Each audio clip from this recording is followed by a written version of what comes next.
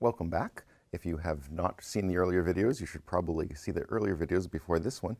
In this video, I will be talking about the discussion section of a scientific report. At the end of this video, I'll also talk briefly about the title. So the title, of course, comes first. That's the first thing people see on your report, but it's in fact something that you should think about at the end after you've written your report. So we'll talk about that also in today's video. So, as I've mentioned in the other videos, there's a very typical organization for scientific papers.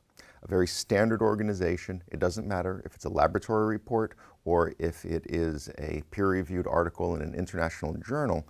The basic structure is almost always the same. It starts with a title, then there'll be an abstract if it's a reasonably sized paper. If it's very short, like a laboratory report, you might not need it.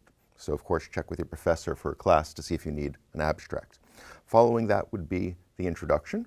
And as I mentioned in an earlier video, that's best done as a literature review, followed by identifying what is it that you're trying to accomplish in the research or the experiment and what is your hypothesis. Then comes the materials and methods section, how the research was conducted. Following that, your results.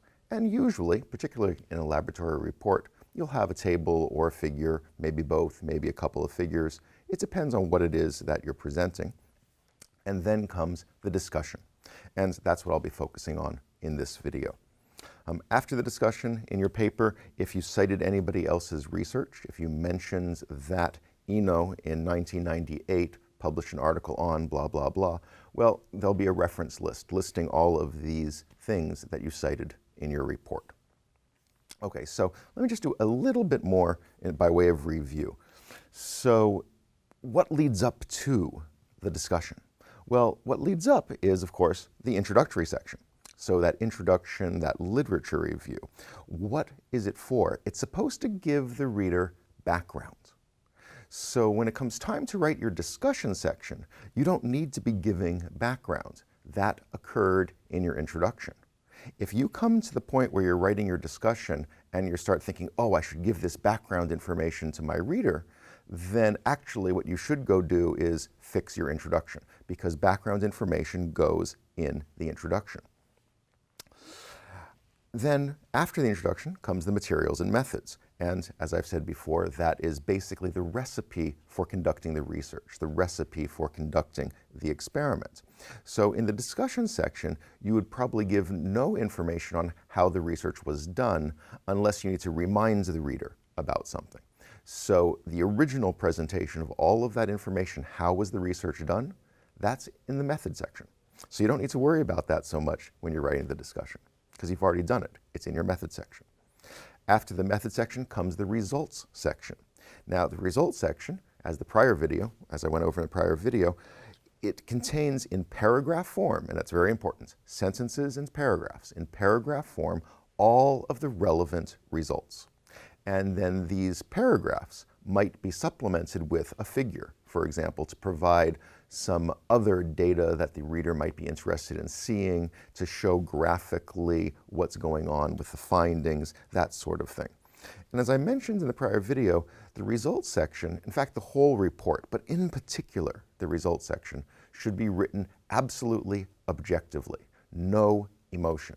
You measured this thing and you got this result, whatever it was. You don't get to show that you're happy or sad or upset or confused. You measured such and such, and you got this result. It's a very boring, neutral, objective presentation in the results section, which basically means, for many cases, it'll be lots of numbers.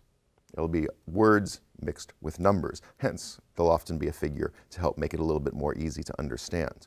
So if the results have already been presented in the results section, what's the purpose of the discussion? Okay, so the discussion section. Well, the overarching goal is to explain, what do the results mean? So you have these results, you have these numbers, you have a particular method you used, you have the measurements you took, maybe you have some equations and you calculated things, okay? What does it mean? What's the conclusion? So notice that results and conclusion are very different. Results are the things you measured and found with absolute certainty. Whether it was correct or not is a separate issue. With certainty, you measured something and it was 3.2 kilograms. Okay, it was 3.2. You're certain of that within the accuracy of your scale. But is that heavy? Is that light? Is that important? These types of things that are conclusions, that's what goes in the discussion. So your overarching goal is to explain what do the results mean. So if you were testing a hypothesis, and in lots of laboratory research, that's exactly what you're doing, but not always. But if you were testing hypotheses, you should clearly state, were your hypotheses supported, falsified, or it's less common, but you could be in one of these in-between kind of situations. But generally, you'll want to start your discussion section saying what your hypotheses were, just to remind the reader. It was hypothesized that, bum, bum, bum, and this hypothesis was falsified, or this hypothesis was supported. And then start talking about the results that show that the hypothesis was falsified or that it was supported. So the discussion will give your conclusions, but it doesn't just list your conclusions. It gives the reasoning for your conclusions. Remember, the goal is that a naive reader, someone who has not taken the class, who's in a different major, who is not familiar with your experiments, except from having read your introduction, your method section, and your results. That's all they know. Based on that, you need to provide your reasoning for your conclusion. So you need to give the conclusion as well as the reasoning that leads to it, so they understand why you are drawing the conclusion that you are drawing. Okay? So very, very important. Don't just give your conclusions. Provide the rationale, provide the reasoning. Now, I said a lot about, or I've repeated many times, you should be objective. You should be objective throughout. You should be particularly objective in writing your results section. Well, is there any place in the paper where you can be a little less objective, a little bit of human emotion can go into it? The main place would be the discussion section. Now, this does not mean you should try to be subjective or to lack objectivity, but a discussion section is a much more human thing than the results section. The results section is much more about the numbers. It was measured, here was the number that showed up. Okay? Whereas the discussion is, what does it mean? What's the impact? What's the importance? What's the value of knowing these things? So you do not have to be quite as strict about objectivity when you're writing a discussion section, but try to be relatively objective even in the discussion section. What other things might you do in writing your discussion section? One of the things that can be really good and really helpful for your reader is to compare and contrast your findings with findings of other people who have done the same research. So when you did your introduction, hopefully you did a literature review. And in that literature review, you hopefully reviewed other people who did the findings from other people who did similar research. Well, you just did research. Did you get the same results? Or did you get something different? If you got the same result, you want to point that out. You want to compare. If you got something different, then you want to contrast and maybe speculate on why did you get a different result? How come two different experiments that both, it seems, would get the same results did not? So you want to compare and contrast your findings with other researchers and also think about and write about why might there be differences. Something else that does not pop into people's minds if they're not taught it usually is in the discussion section, you want to point out any limitations of the method that you used.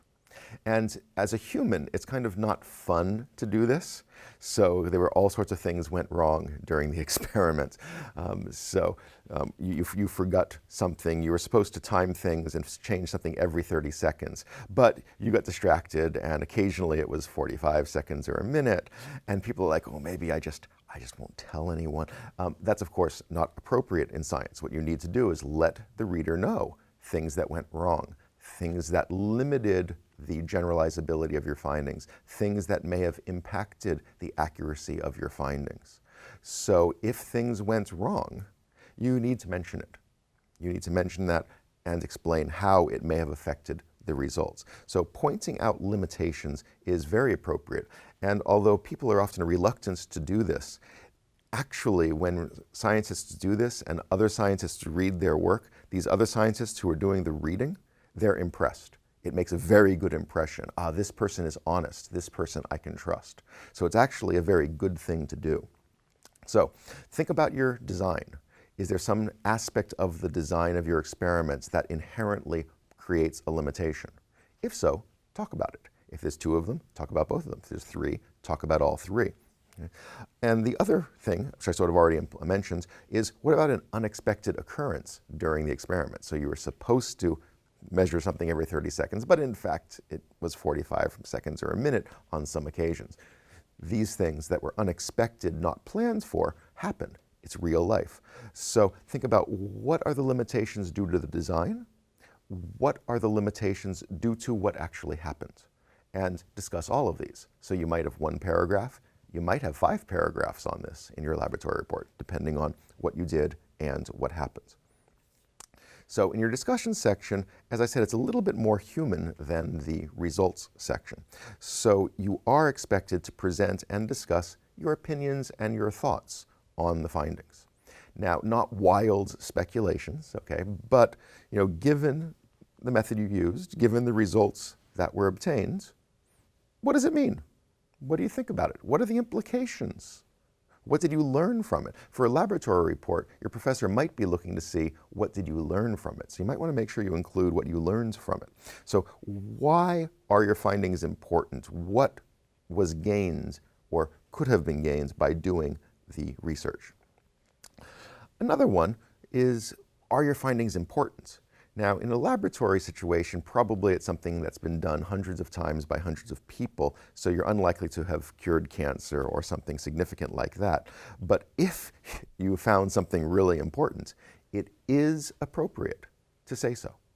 Some people are like, oh, have to be very modest and hold back. But in fact, if you found something important, it's perfectly fine to say so, but you must explain why.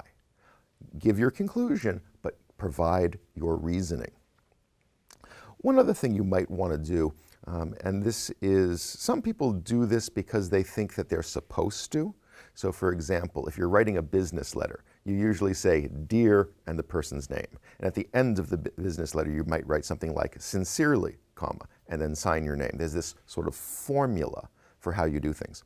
Some people think that as a formula, at the end of a scientific report, you should state what research should come next. Now, in fact, if you're going to do it as a formula, my recommendation is, do not do it. That's just a waste of your reader's time, and it looks like you're just following a formula rather than writing a real report. However, you just did research. You have looked at your results. You're writing the discussion section. You have written your conclusions, your reasoning for your conclusions. You are in an excellent position to make a recommendation to the reader who might want to do this kind of research. So imagine that somebody has just read your report, or they're reading your report, and they're thinking about doing the research. Maybe you can make a suggestion as to how they could do it better.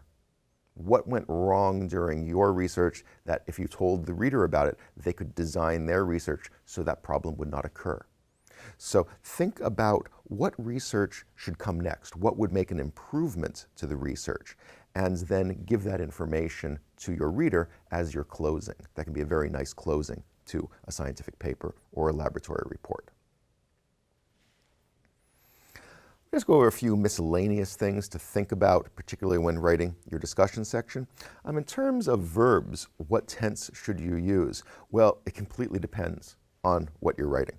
So when you're summarizing what was done, well, it was what was done. It's past, so it'll be past tense. What about for limitations that occurred? Well, limitations that occurred, again, they occurred in the past, so you're probably doing past, maybe past perfect for emphasizing what happened there. But that doesn't mean you won't be using present or future tenses, because in the discussion, you may be generalizing your findings, saying that this is generally true. Well, that's a present tense thing. You may be talking about future research. That's a future thing. So present and future tenses both would appear in a discussion section. So there'll actually be a wide range of tenses that are used in most discussion sections. So basically, you need to look at exactly what is it that you're presenting, and then use the appropriate tense. I've mentioned this one before. It applies to all scientific writing in English, all modern scientific writing in English, and that is, you are not supposed to use I to refer to yourself, or we to refer to you and your co-researchers. You're not supposed to use you to refer to the reader. So these types of words should not be there. So if you find yourself using them, because it's very natural to use them in English, and it's even natural to use them in written English that's not for science. But in scientific written English, you should not be using I, we, you, my, our, your, these types of words. So switch to passive voice. And if passive voice does not work for some reason, then say the present authors or the present investigators or the present researchers. Use this type of wording to refer to yourself. Also, as I've mentioned a few times, if you mention anybody else's report, their talk, their book, their article, then you need to provide the citation in the text, but even more important, you need to have a reference list. So don't forget that you should cite anything that you refer to from somebody else. And of course, if you're taking a quotation from somebody else's work, that needs to be in double quotation marks, you need the page number, and of course, in your reference list, you need to include that work. What about tables and figures in a discussion section? Well, there is no rule that says you should not have tables or figures in a discussion section. However, in practice, it's very rare that you need them. So in the introduction, usually there would be no tables or figures. In the materials and methods section, there might be a diagram or a photograph showing the experimental setup. In the results section, very common to have a table, a figure, or multiple figures. But in the discussion section, what would be the new thing you're presenting? So usually there would be no figures or tables in a discussion section. It is possible to have something. For example, let's say after you do your research, you realize that there's a much better way to have done the research. And you're explaining to your reader, future research should, and you're explaining a new experimental setup. Well, if a diagram would help explain that, then you might put a diagram in your discussion section to support your explanation of an improved method for doing the research. But in general, you will not have tables or figures in your discussion section. But you will be talking about the findings. As a consequence, you might make use of the tables and the figures that appeared in the results section. And that's perfectly fine. You refer to them the same way. So in your discussion section, you might write, as can be seen in figure 3, the pattern of results shows that as the temperature increased, the reaction decreased. So you can repeat things that were from the results section, and you can refer back to the tables and figures that are in the results section. You do not need to create new ones. So it's perfectly fine to refer back to things that are earlier in your report. So that's what I wanted to say about the discussion section, but I want to continue a little bit more in this video and talk about the very, very first thing of a report, which is the title. So how should you write a title? What should go into a title? What should you think about in creating the title? Well, writing a title for a scientific report is very different than writing the title for, say, a book of fiction. Okay? So, Harry Potter and the Chamber of Secrets. Where is the chamber? What's in the chamber? Why is it secret? When you're trying to do something with fiction, you're trying to get the reader interested and wondering. But in science, we're supposed to be answering the questions. We're not supposed to be getting people wondering. We're supposed to get giving them answers. So in science, you want to give a very clear, very accurate title that provides information. So not that raises questions, but that answers questions. So when you design your title for your laboratory reports and for your scientific papers, think about how can you describe the findings. And a very long and descriptive title is perfectly fine. So again, if you're writing a fiction book, you might be The Green Door. 3 words, okay? And people are wondering, why is it green? Where is this door? What does it lead to? But that's a horrible title for a scientific report. So you don't need to restrict yourself to very short titles, and you should not be raising questions and sort of playing with your potential reader. So think about creating a longer, very descriptive title. The standard recommendation in science is aim for 10 to 12 words. Now, you don't have to have 10 words. If you can do a nice title in 5 words, then use 5. And you can go longer. I've gone up to as far as 20 myself in some of my publications. But many people do think a 20-word title is kind of on the long side. But think, if you have 5 words and you like the title, but a 10-word title would be more descriptive. Come up with a 10-word, more descriptive title. So you don't have to do 10 to 12, but that's the general neighborhood that's generally recommended. The goal is to explain to your reader or your potential reader via your title, what is the report about? So what is your report about? Another option is to think about, sometimes you think about your report and what you found, and it's really like 2 things you want to talk about. And how can you deal with that in the title? One possibility is to create a main title and a subtitle. And in English, we separate them with a full colon. So you write your main title, full colon, space, and then the subtitle. That's also fine. But in terms of thinking about length, you have to include both of those in your count. So maybe 15 words with a 8-word main title and a 7-word subtitle, for example, would also be fine. Something else to think about when you're writing your title is to avoid abbreviations, unless you are sure that in common English, in general English, not scientific, but in general English, it is a well-known, well-understood abbreviation. Because remember, the goal is to provide accurate, descriptive information in just a few words. If there's an abbreviation and a potential reader doesn't know the abbreviation, they'll be confused. The goal is not to confuse them. The goal is to tell them what is your report about. So because of that, never use abbreviations unless they're really well known. So like DNA, okay, probably almost everybody who graduated from junior high school will know what DNA is. You can use DNA in a title.